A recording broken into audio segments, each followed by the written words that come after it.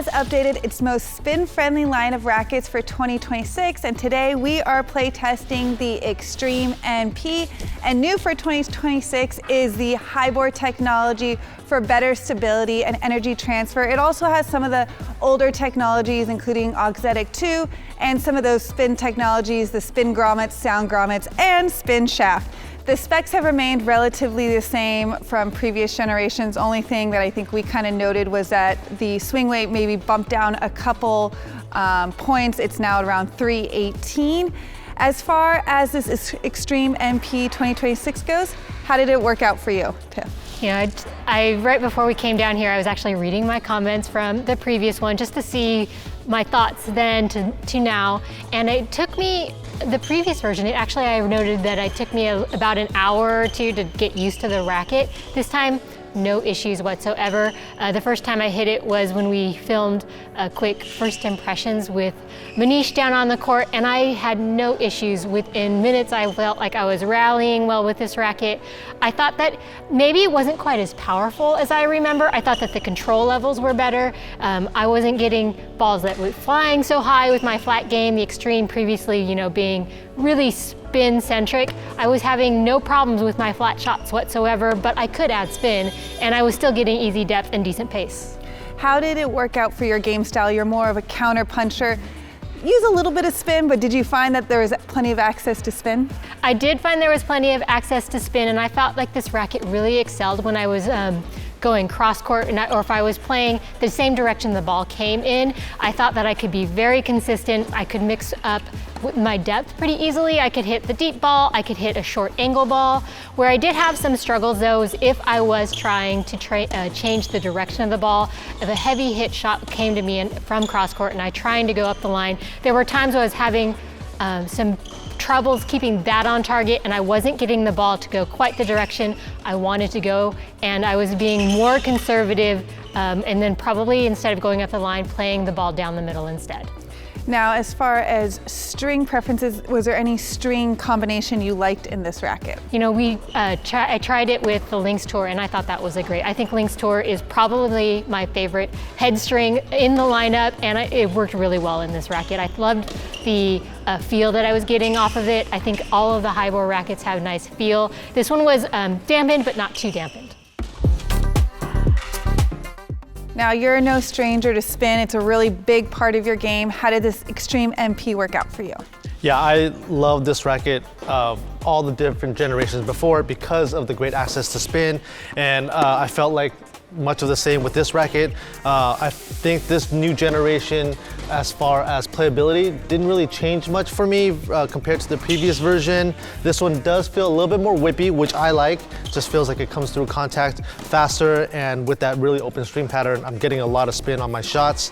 So that was great for me. But I think what Tiff mentioned is the biggest difference is the high bore. I really enjoy that material. Every time Head updates a model with high bore, I really like it, and I'm really glad to see that it is now in the Extremes. Do you have a favorite shot to hit with the Extreme MP, and why? Well, I'm gonna have to go with my forehand. And why is that? Because I can hit a lot of topspin with it, I can attack with it, and now maybe with some Carlos influence, I feel like I could also try to hit some droppers on my forehand side versus my backhand only.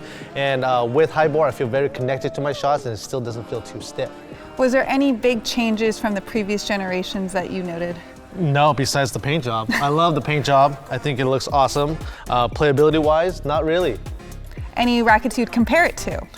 Yeah, so interesting enough, I grabbed a racket from Head that I felt would be very similar in specs, so I hit it side by side with the Boom MP.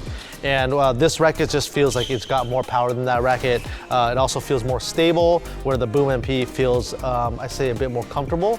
So these rackets are very similar in spec, but this one definitely offers more pop. Now, for you, I know you like the Yonex E-Zone 100 racket, which actually has very similar specs to this Extreme MP. So how do those compare? Yeah, the specs of this Extreme MP are right in my wheelhouse. The E-Zone and the V-Core as well are all kind of similar rackets that I would compare this to. And so for me, it's a really easy transition, kind of like Tiff. The previous generation of this, I did have a little bit of adjustment period With this one, I had actually taken a week or two off hitting before I had started play testing this one. And I actually had a really easy transition into it, and I was able to kind of go right away from the get-go and kind of play full out. I really liked there's power, there's easy spin, there's easy depth, so I was really kind of pushing my opponent back off the court. And what about on serve? Serve was great too because it is so maneuverable, it's really whippy, and sometimes when the racket's a little bit heavier, I get some arm fatigue or I'm not able to generate that racket head speed, but I was really able to kind of access all elements of this racket.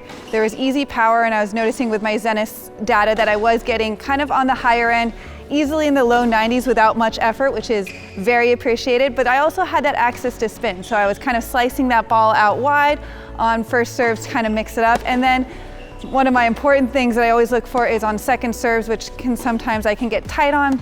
I was able to get some good height over the net and get some good arc to get that second serve to kind of kick out of my opponent's strike zone. Yeah, I agree with those points, especially on the second serve, where it just kind of allows you to accelerate through the ball and get the ball into the court.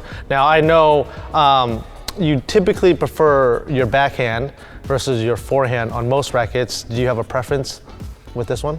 It's going to stay the backhand on this one. However, the forehand did give it a little bit of a run for the money because of that easy access to spin. I was really having fun hitting those short, kind of angled balls that hit off the court, pulled my opponent off the court, and I was actually able to get kind of almost a more extreme angle as well. So extreme. Get it? More extreme angle. So the more I hit it, and I was kind of pulling that opponent farther and farther off the court, which was a lot of fun. And I also wanted to highlight the feel, the high bore. I have to agree, I wasn't the biggest fan of the previous generation's feel, and I think with this 2024, I feel a little bit more connected to my balls. I also was shanking a little bit on the previous one, and this one I didn't really have that issue. So overall, I really like this racket. I actually think it's a hidden gem in the Head series and might be my favorite Head racket in the lineup right now. So I think that wraps up our play test of the Head Extreme MP. We play tested it with Head Lynx Tour and Head Lynx Touch at around 52 pounds. For more information on this racket or any others, please visit us at Tennis Warehouse, Tennis Warehouse Europe, or Tennis Only.